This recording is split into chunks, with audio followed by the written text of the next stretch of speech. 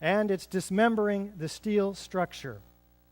In fact, the leading edge of these mushroom clouds are full of perimeter columns, aluminum cladding, and other steel. Let's take a look at the South Tower in terms of dismemberment. See what's going on here. South Tower's on your left. It was hit lower by the aircraft, and as you can see, its descent starts, its rapid destruction starts there, and it begins to tilt to the left. Now, in fact, and it disappears into this cloud.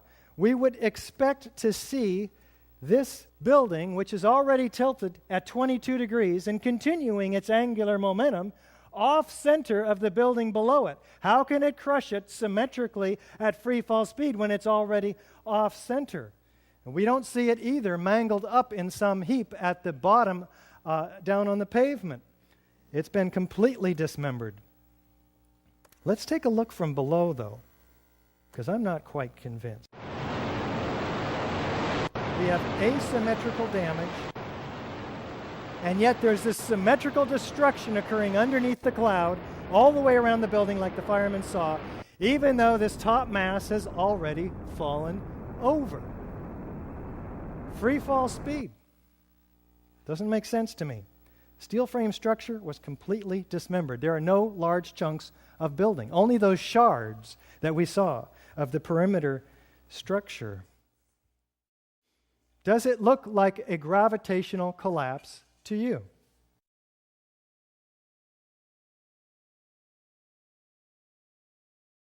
Do we have a lateral ejection of structural steel? Let's take a look. Now let's look at the collapse of the Twin Towers.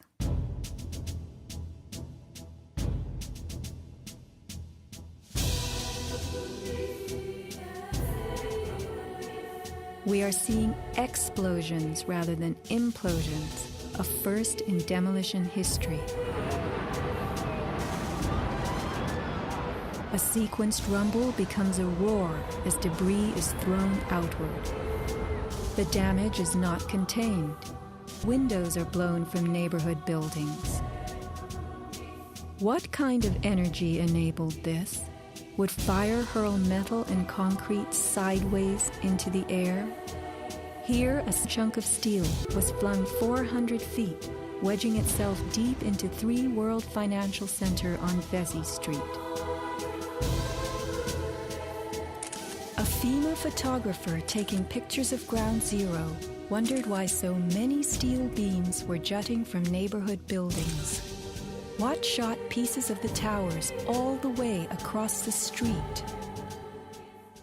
In fact, the portions of the tower that had the greatest structural members, the sky lobbies and the mechanical floors, had the perimeter units thrown farther than the perimeter wall units from the upper floors, which theoretically should have, because they're higher, they should have gone farther, right?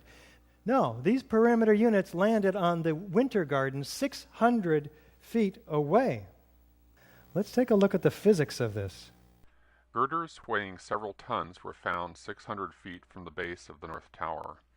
How fast they were ejected depends on where they originated. If they came from high in the building, they were thrown outward at about 50 miles per hour. If they came from lower down, the speed had to be even greater. Gravity alone cannot account for such high lateral ejection speeds. In fact, let's take a look at a couple of these specific ejections.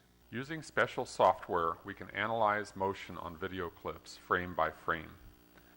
I have placed markers on each frame so we can track a particular projectile.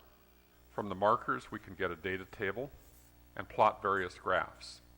The data here shows that the object we were tracking was shot horizontally at over 70 miles per hour. The energy needed to hurl a 4-ton girder at this speed is comparable to the energy needed to hurl a 200-pound cannonball 3 miles. What about those floors, those pancakes?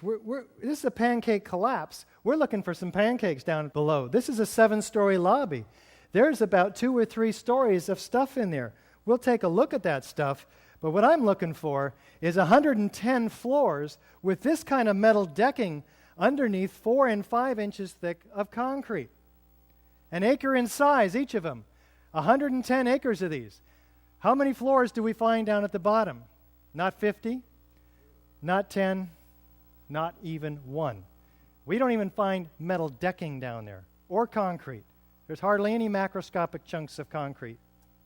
What happened to the metal decking? What happened to the concrete? Tom Patrizio brought these floor decks out, 6,000 of them, he says. I couldn't believe it. Not one floor panel, he notes when he comes back to help the cleanup. Pancakes occur in pancake collapses.